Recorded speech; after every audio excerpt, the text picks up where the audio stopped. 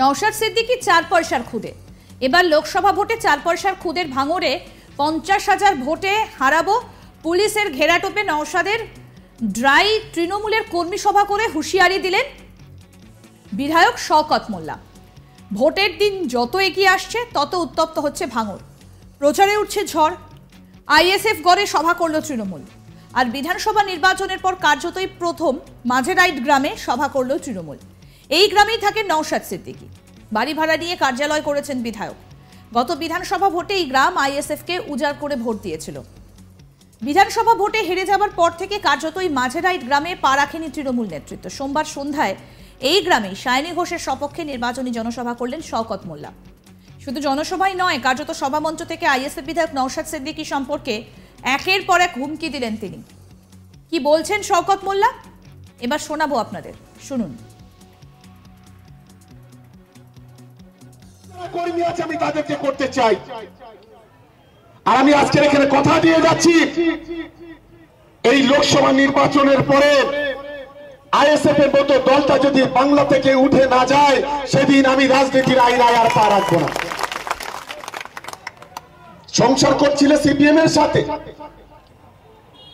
CPM তালাক দিয়ে দিয়েছে।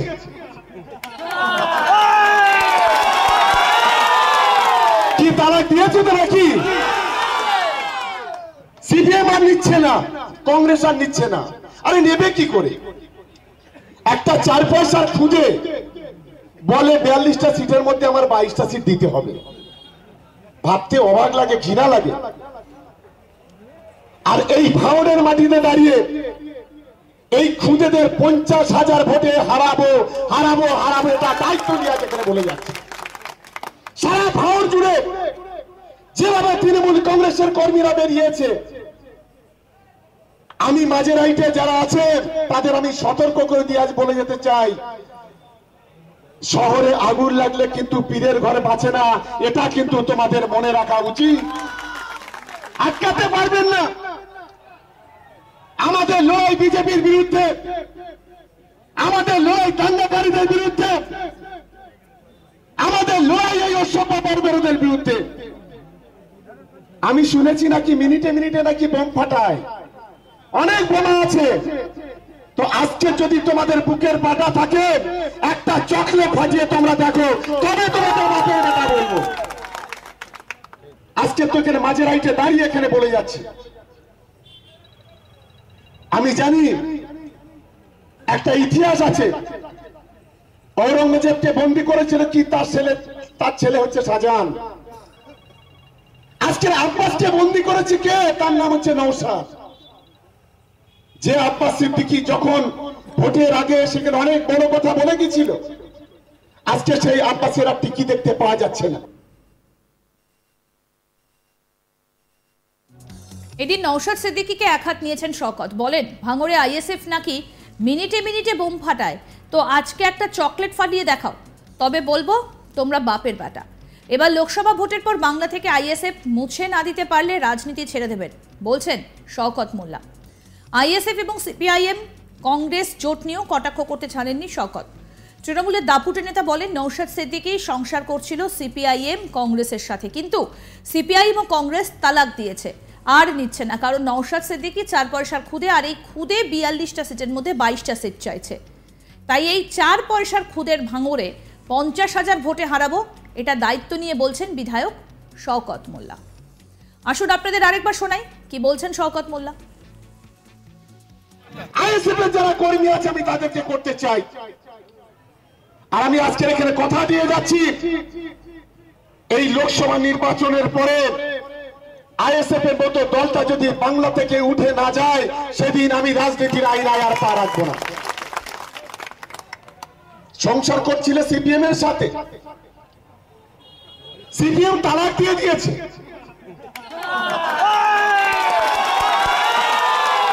কি তালাক দিয়েছে তো নাকি? সিপিএম আর নিচ্ছে না, কংগ্রেস আর নিচ্ছে না। আরে নেবে কি করে? একটা 4 পয়সার খুঁজে বলে 42টা সিটের মধ্যে আমার 22টা সিট দিতে হবে। ভাবতে অবাক লাগে, ঘৃণা লাগে। আর এই ভাঙড়ের মাটিতে দাঁড়িয়ে এই খুদেদের 50,000 ভোটে হারাবো হারাবো হারাবো, এটা দায়িত্ব নিয়ে যেখানে বলে যাচ্ছে।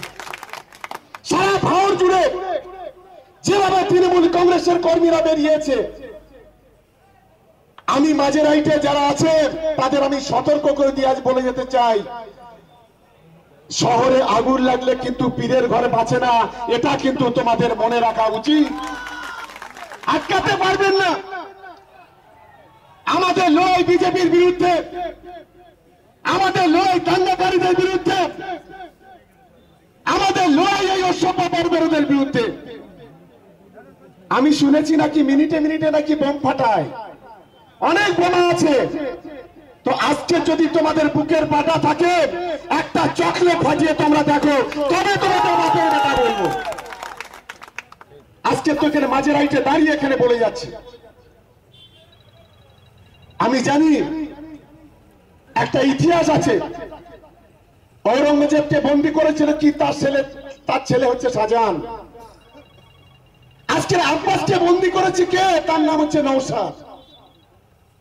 যে আব্বাস সিদ্দিকী যখন ভোটের আগে সেখানে অনেক বড় কথা বলে গেছিল, আজকে সেই আব্বাসের আর টিকি দেখতে পাওয়া যাচ্ছে না।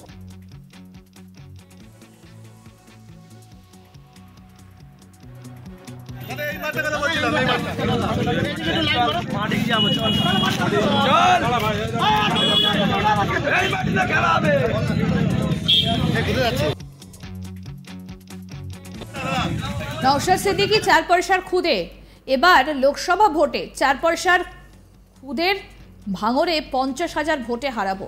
পুলিশের ঘেরাটোপে নওশাদের, তাই তৃণমূলের কর্মী সভা থেকে হুঁশিয়ারি দিলেন বিধায়ক শওকত মোল্লা।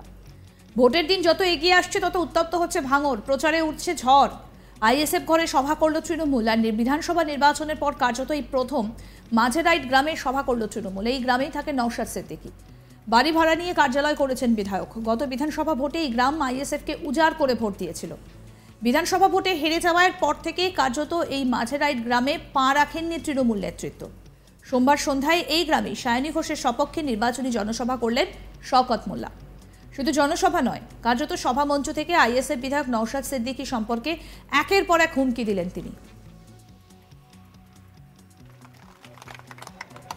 সংসার করছিল সিপিএম এর সাথে, সিপিএম তালাক দিয়ে দিয়েছে।